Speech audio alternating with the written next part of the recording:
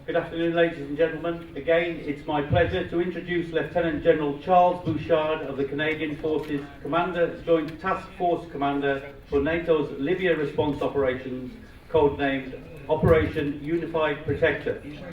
General Bouchard is the commander of NATO and non-NATO assigned OUP forces. NATO's operations in Libya, which currently include enforcing the UN-mandated arms embargo and no-fly zone. And with that, I'd like to turn over the podium to General Bouchard for a few remarks. Sir.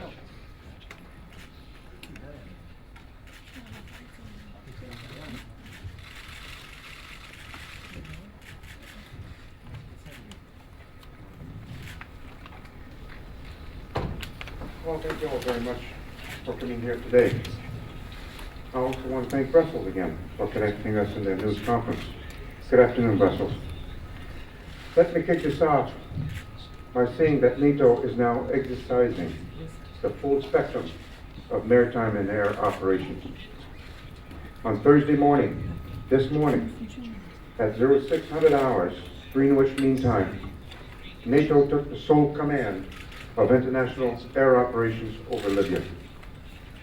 The Alliance has powerful assets in place to conduct its tasks under Operation Unified Protector, the arms embargo, the no-fly zone, and the actions to help protect civilians in civilian centers. In line with the mandate of UNSCR 1973, NATO's focus is on protecting civilians in civilian-populated areas against the threat of attack from Libyan forces. I'm pleased to report that the handover, the transition with coalition forces has been seamless with no gaps in the effort. In fact, I'll go as far as to say that these are historic days. The speed and agility with which NATO has acted is the future of NATO. We are making history. Early this morning, NATO Command and Control issued its first order to fighter and support aircraft for Operation Unified Protector, enforcing the United Nations Security Council Resolution 1973. NATO aircraft are covering these military activities. That means NATO has started surveillance and reconnaissance activities in the no-fly zone, and this has taken place with coalition operations coordination. The complete transition of units to NATO authority is a national decision for individual countries. These transfers are completed.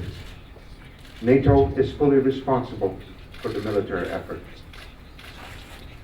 We have more than 100 fighters and support aircraft, and more than a dozen maritime assets from several different nations under my NATO command. To be clear, as of today, NATO is responsible for Operation Unified Protector. So far, NATO, having already conducted more than 90 flights and sorties since early this morning. We already have more than 12 frigates patrolling in the Med, with several others, support ships and helicopters. Armed boarding teams on these ships are now ready to act if necessary. This is a clear demonstration of our allies' commitment to fulfill their obligation under the United Nations mandate and to show their resolve to help protect the people of Libya.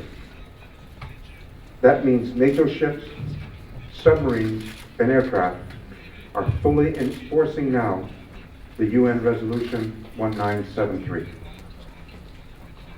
We are cooperating with our partners in the region and internationally and welcome their contribution to this important mission.